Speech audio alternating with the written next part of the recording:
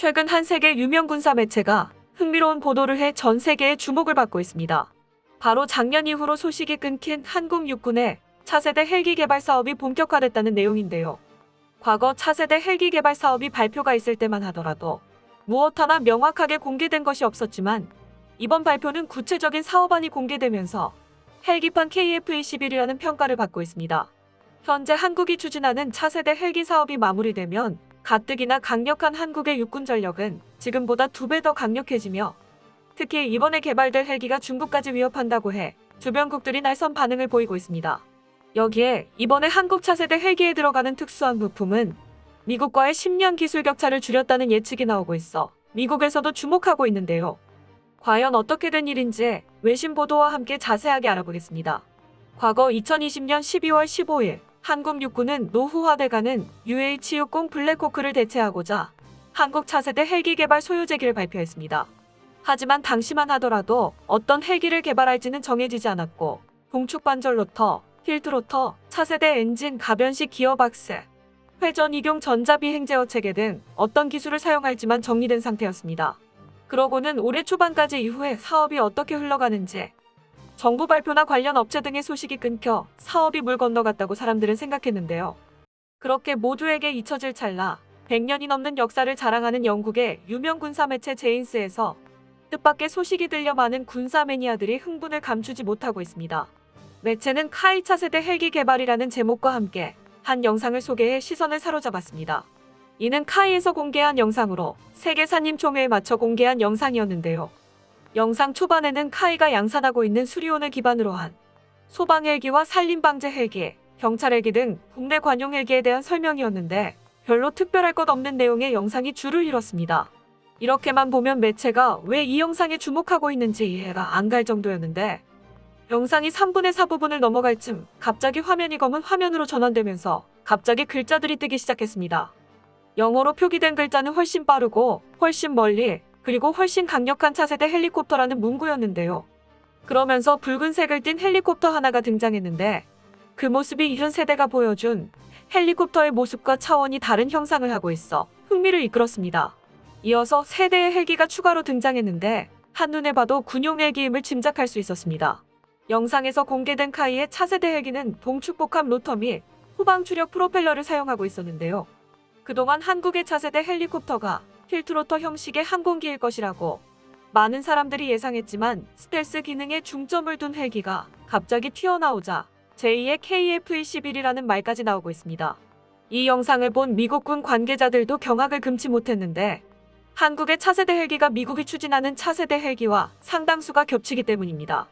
여기에 한국 육군이 제시한 요구사항까지 주목받고 있습니다.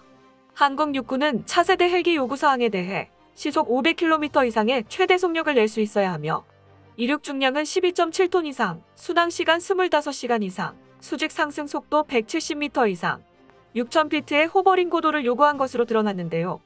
이것은 미국이 자국에서 개발 중인 차세대 헬기의 재원이며 공개한 적 없는데 한국 육군에서 동일한 요구사항의 차세대 헬기를 개발하고 있다는 것에 충격을 받았죠. 또한 한국의 요구사항대로 헬기가 개발된다면 원래 대체하려고 했던 UH-60P를 넘어 지상 최강 헬기라고 불리는 아파치 헬기까지 아득히 뛰어넘는 사양의 헬기가 개발됩니다.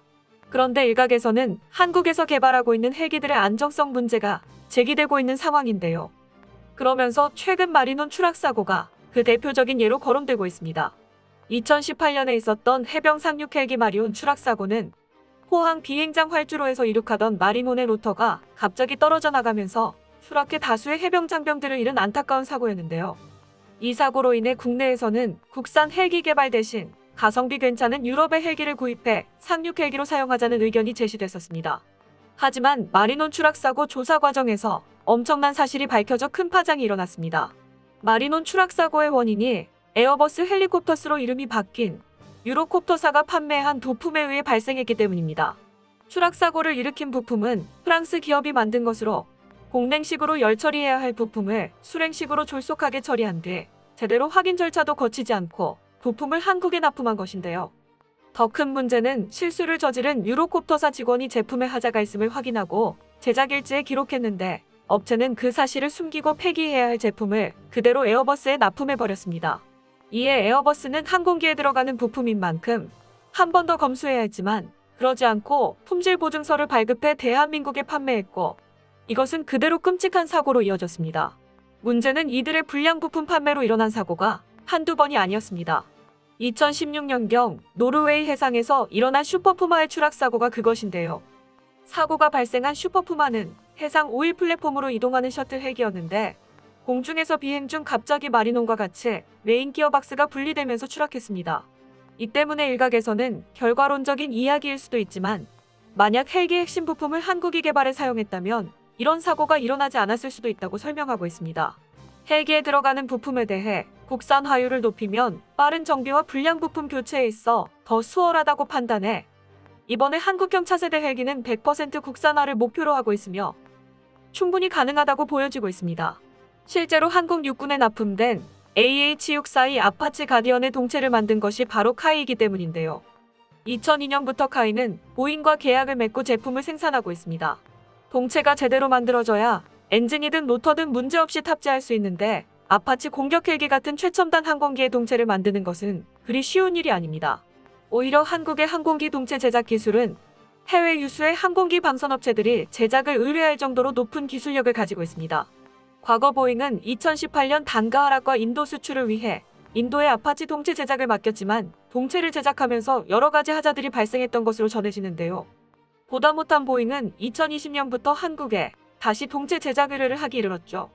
하지만 아무리 동체를 잘 만들어봐야 로터, 엔진 동력 전달 장치 같은 핵심 부품을 자체적으로 제작할 역량이 없다면 헬기를 만들 수 있는 것은 아니라는 비판을 계속 받아야 했습니다. 그런데 이렇게 비판받아온 카이가 드디어 국산 기어박스 개발에 성공하면서 이번 산림청 헬기의 탑재에 극찬을 받고 있는데요.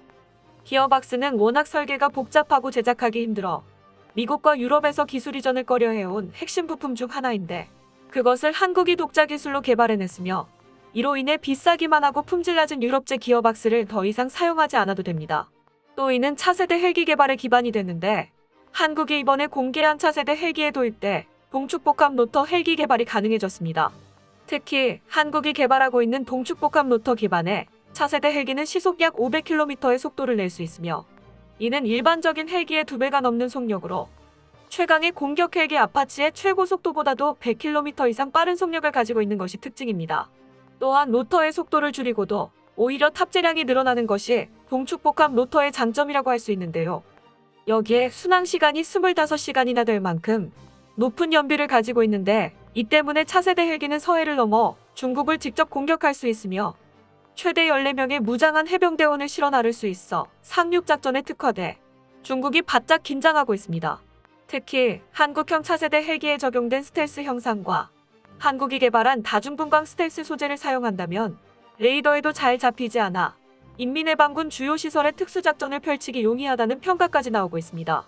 무엇보다 중국보다 더 난리인 국가가 있는데 바로 일본입니다. 일본은 한국형 차세대 헬기가 자신들을 겨냥해 만들었다고 생각하고 있는데요. 우선 홍보 영상 마지막 부분에 차세대 헬기가 독도로 향하는 장면이 있는데 이에 대해 자신들을 공격하기 위함이라고 제발 저리고 있는 상황이죠. 또한 한국의 헬기 성능이 2배 늘어난 만큼 한국 육군의 항공대 전투력도 2배 이상 늘어났습니다.